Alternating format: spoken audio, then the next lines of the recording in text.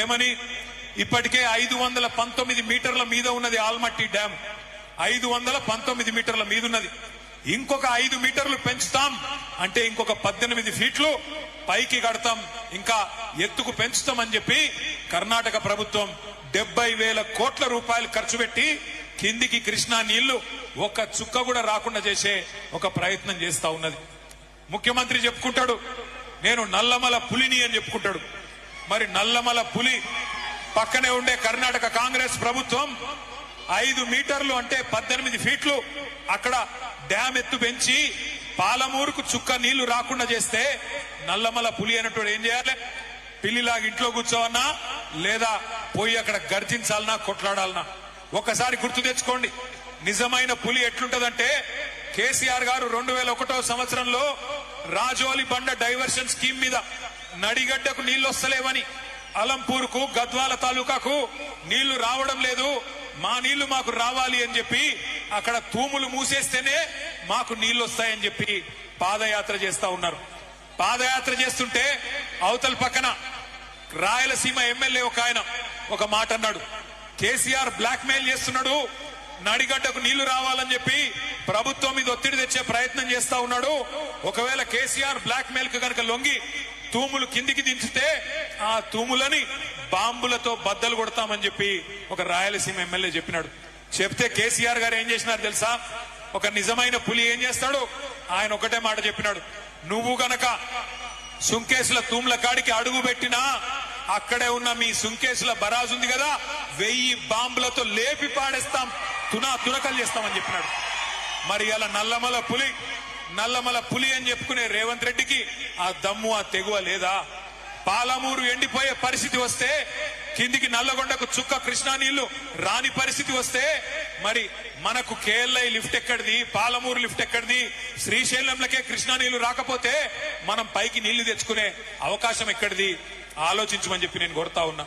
ఇట్లా అక్కడ పక్కనే ఉన్న కాంగ్రెస్ ప్రభుత్వం ఇవాళ కృష్ణను ఆపే ప్రయత్నం చేస్తుంటే పైనున్న రాహుల్ గాంధీ మాట్లాడాడు, ఇక్కడ ఉన్న రేవంత్ రెడ్డి మాట్లాడాడు, మళ్లీ తిరిగి మాట్లాడేది ఒకే ఒక్క నాయకుడు తెలంగాణ ప్రయోజనాల కోసం. ఎవరది? ఒక్క కేసీఆర్ గారు మాత్రమే. అందుకే కేసీఆర్ దండుగా మేము ఇవాళ అచ్చంపేట గడ్డ మీద నుంచి అడుగుతా ఉన్నాం ముఖ్యమంత్రి రేవంత్ రెడ్డిని, కాంగ్రెస్ ప్రభుత్వాన్ని, నీకు దమ్ముందా ఆల్మట్టిని ఆపేది, లేదా ఈ గులాబీ దండు బయలుదేరి అక్కడ పోయి అడ్డుకోవాలా చెప్పమని చెప్పి నేను అడుగుతా ఉన్నా. నీకు దమ్ముంటే, నీ ప్రభుత్వానికి తెగింపుంటే రాహుల్ గాంధీ దగ్గరికి పిలిపి కర్ణాటక ముఖ్యమంత్రిని, ఎట్లా కృష్ణా నదిని మా నల్లగొండకు, పాలమూరుకు, మా రంగారెడ్డికి కాకుండా చేస్తావు, ఎట్టి పరిస్థితుల్లో దీన్ని ఒప్పుకోం అని చెప్పి రాహుల్ గాంధీతో చెప్పి ఆల్మట్టి దగ్గర 70,000 కోట్లతోని వాళ్ళు ఏదైతే ఎత్తు పెంచే ప్రయత్నం చేస్తున్నారో దాన్ని వెంటనే ఆపేయి. ఆ దమ్ము నల్లమల పులికుందా? ఈయన నల్లమల పులేనా? నల్లమల పులే ఏంటిది మరి? ఇది పిల్లి కాదు, నక్క. నల్లమల నక్క. ఎందుకంటే నేను చెప్తలేను ఈ మాట. నిన్న కొడంగల్ నుంచి కొంతమంది వచ్చినారు తమ్ముళ్ళు, 300 మంది పార్టీలో జాయిన్ అయినారు, కాంగ్రెస్ వాళ్ళు, బీజేపీ వాళ్ళు.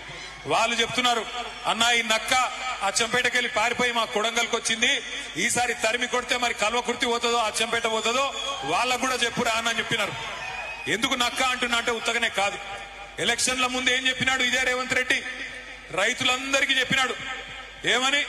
కేసీఆర్ రైతు రుణమాఫీ చేసిండు, కానీ నాకు ఓటేస్తే మళ్ళొక్కసారి 2 లక్షల రుణమాఫీ చేస్తా, ఎంబడే సంతకం పెడతా, డిసెంబర్ 9 నేను వస్తున్నా, ఎంబడే పెడతా, మీరు ఉరుకురికి తెచ్చుకోండి అన్నాడు. జరిగిందా రుణమాఫీ? అయిందా కాలేదా? చారాన అయ్యింది, బారాన కాలే.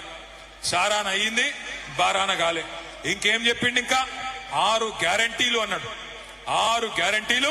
ఇది రాహుల్ గాంధీ గ్యారంటీ, రేవంత్ రెడ్డి గ్యారంటీ, బట్టి విక్రమార్క గ్యారంటీ అని చెప్పి ఎన్ని కథలు చెప్పిండో ఒక్కసారి గుర్తు తెచ్చుకోండి. నేను మొన్న సూర్యాపేట పోయినా, అక్కడ సోదరుడు పెళ్ళైంది మన కార్యకర్తది, అక్కడ పోయే వరకు ఆ సోదరుడు వాళ్ళ అమ్మగారిని పిలిచిండు, ఇంట్లోకి వెళ్ళి పిలిచి, అన్న మా అమ్మగారు అని పరిచయం చేశా. అమ్మ బాగున్నారా అన్న? బాగానే ఉన్న బిడ్డ అన్నది. అన్నాక మరి మీరు కొత్త కోడల్ని బాగా చూసుకుంటున్నావా అన్న? ఆ అమ్మాయి ఏమన్నదంటే, ఏం కోడలు బిడ్డ? నేను పరేషాన్ అయినా. ఇట్లాంటుంది, నిన్నగాక మొన్న పెళ్ళైంది, అప్పుడే కోడల మీద ముక్కిరిసినట్టు మాట్లాడుతున్నది, ఏమైంది తల్లికి అనుకున్నా. ఏమైందమ్మా అన్న? ఏమో బిడ్డ కొత్త కోడలు వస్తే 2500 వస్తాయి అనుకున్న నెలకి ఏమొచ్చినా ఏం రాలేదు అన్నది. ఆ కోడలి పిల్ల కూడా చాలా గడుసు తిన్నది. ఆమె బయటికి కురికొచ్చింది. అత్తమ్మ నీకు కూడా 4000 పెన్షన్ వస్తుంది అనుకున్నా, నీకేమన్నా వచ్చిందా అని ఆమె కూడా అన్నది. అంటే ఈ రేవంత్ రెడ్డి చేయబట్టి ఏమైంది అంటే ఎలక్షన్లు అప్పుడు పొంకనాలు కొట్టిండు కదా, పొంకనాల పోతిరెడ్డి ఏమన్నాడు ఆ రోజు, అత్తకు 4000, కోడలకు 2,500 వచ్చినాయా ఎక్కడన్నా? ఆఖరి కొండారెడ్డిపల్లిలో వచ్చినాయా? ఎవరికి లేవు. అత్తకు 4000 రాలేదు. ముసలాయనకు గుడిస్తా అన్నాడు. ముసలమ్మకే కాదు ముసలాయనకు గుడిస్తా. కేసీఆర్ ఇంట్లో ఒకరికి ఇస్తున్నాడు, నేను 2 ఇస్తా అన్నాడు. ముసలాయనకు లేదు, ముసలమ్మకు లేదు. గవే 2